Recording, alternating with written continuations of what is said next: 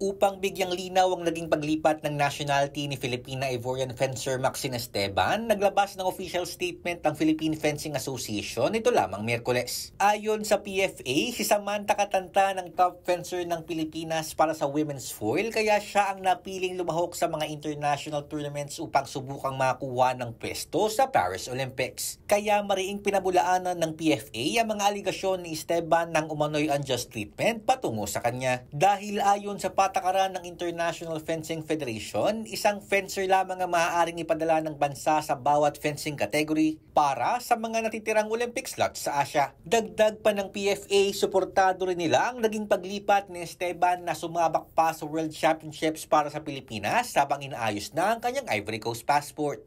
Sa uli, nagpaabot din ng pagbati ang PFA sa naging tagumpay ni Esteban na makapasok sa Paris Olympics. Daryl Oclares para sa Pambansang TV sa Bagong Pilipinas.